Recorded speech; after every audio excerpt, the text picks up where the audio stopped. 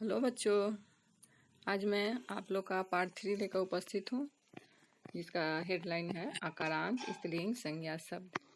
पिछले क्लास में हम लोगों ने क्या पढ़ा था? आकारांत, पुल्लिंग, संज्ञा शब्द।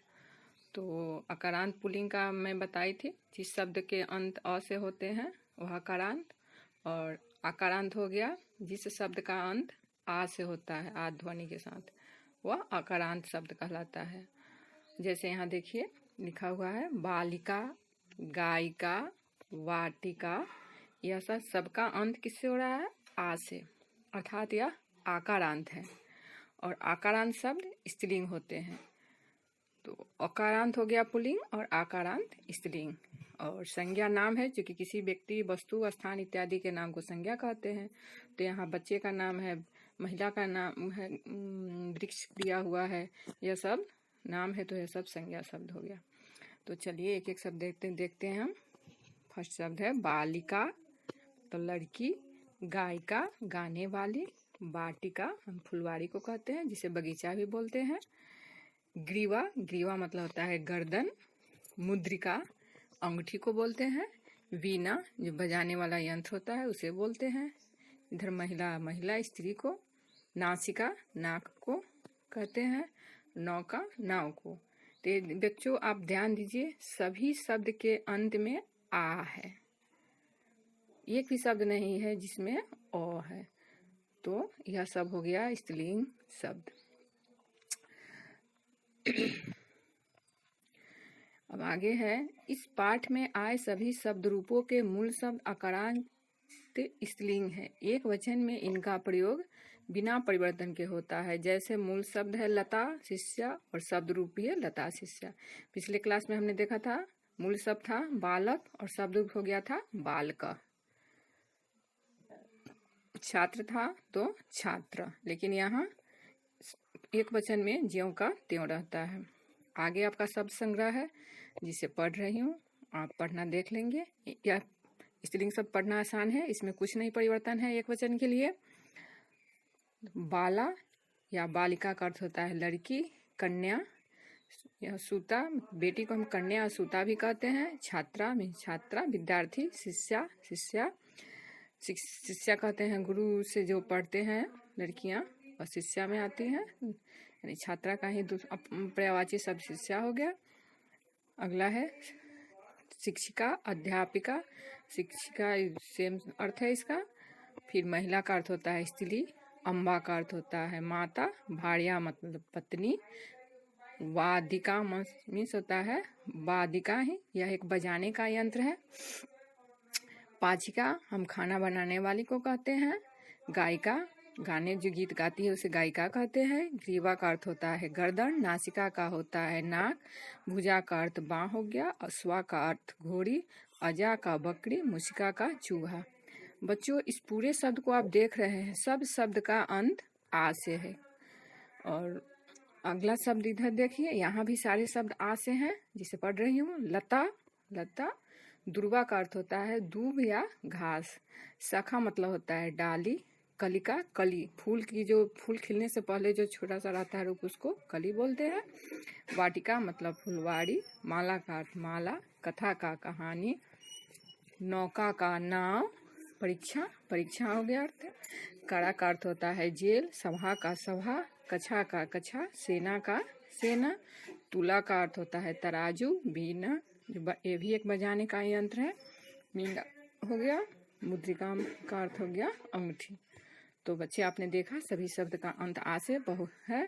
यह शब्द सही बहुत ही आसान है, आप लोग के सभी शब्द को याद करके लिख लेंगे, आपका शब्द का भंडार बढ़ेगा इससे। अब हम एक्सरसाइज पर आते हैं, अभ्यास पर। पहला है चित्रों के नाम संस्कृत में लिखिए। आपका चित्र दिया हुआ है, उसका नाम संस्कृत में लिखना है, तो आप पहले उसको याद कर लिए रहेंगे तो बिना देखे लिख लेंगे। अभी तो पहला चित्र है, एक लेडीज पढ़ा रही है, यानी कि वह शिक्षिका है, तो शिक्षिका हो जाएगा।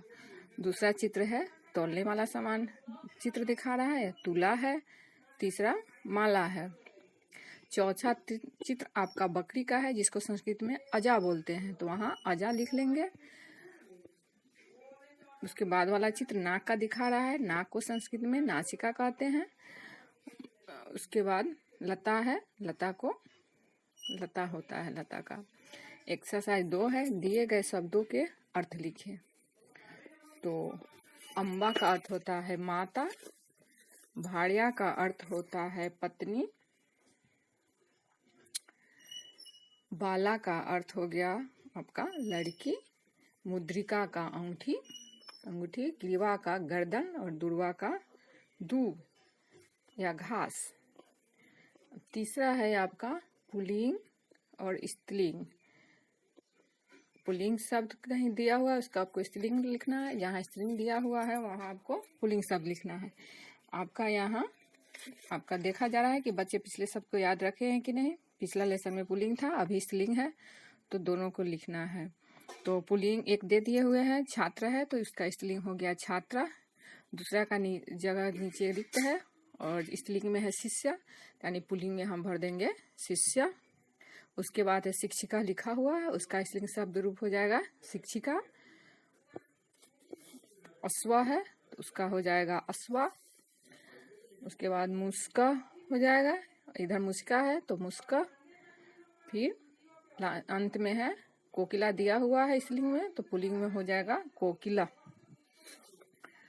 अब बच्चों 4 एक्सरसाइज में है पुल्लिंग और स्त्रीलिंग शब्दों को छांटे। तो इसे आपको तो एकदम आपके लिए आसान हो गया है, क्योंकि आप देखेंगे कौन स्त्रीलिंग है और पुल्लिंग की एकदम अच्छा सा पहचान बता दी है। जिसमें विसर्ग लगा हुआ है, छोटा छोटा बिंदु लगा हुआ है, वह पुल्लिंग के लिए आएगा, और जिसमें आकार है वह स्त्रीलिंग के लिए आया है। तो बहुत ही आसान है। पहला शब्द है वानरा, या क्या हो गया, या पुल्लिंग हो गया। दूसरा शब्द है शिक्षिका, क्या यह स्त्रीलिंग होगा? नहीं, क्योंकि इसमें भी विसर्ग लगा हुआ है, यह भी पुल्लिंग होगा। तीसरा शब्द है मुद्रिका, हम इसमें आ लगा हुआ है, तो यह क्या हो जाएगा? स्त्रीलिंग हो जाएगा। चौथा शब्द है मंडुका, यह क्या हो जाएगा? आसान है, है यहाँ, यह भी हो जाएगा पुल्लिंग। और 5वां शब्द है अध्यापिका, तो अध्यापिका क्या हो जाएगा? स्त्रीलिंग हो जाएगा।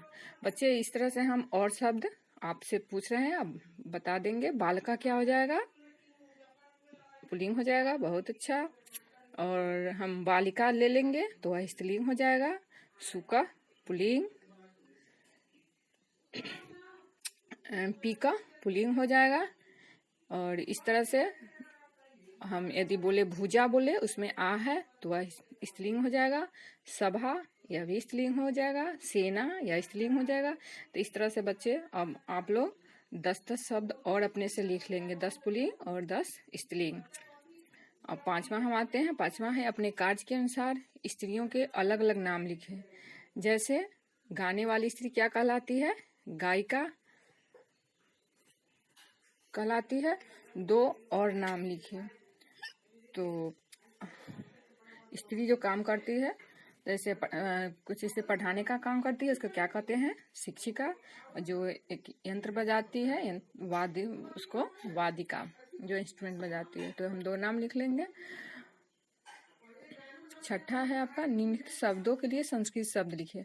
आपका यहाँ हिंदी दिया हुआ है, उसका संस्कृत लिखा हुआ है, आप लोग ऊपर से देख के लिखेंगे। ऐसे मैं बोल दे रही हूँ। दूब का हो जाएगा दुर्वा, नाक का नासिका, बाह का हो जाएगा संस्कृत भुजा, पत्नी का संस्कृत शब्द होता है भाड़िया, और कहानी का होता है कथा।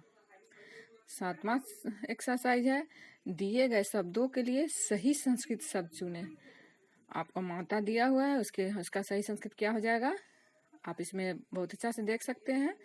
अम्बू, अम्बाला, अम्बा, अम्बालिका, क्या हो जाएगा आपका? अम्बा हो जाएगा।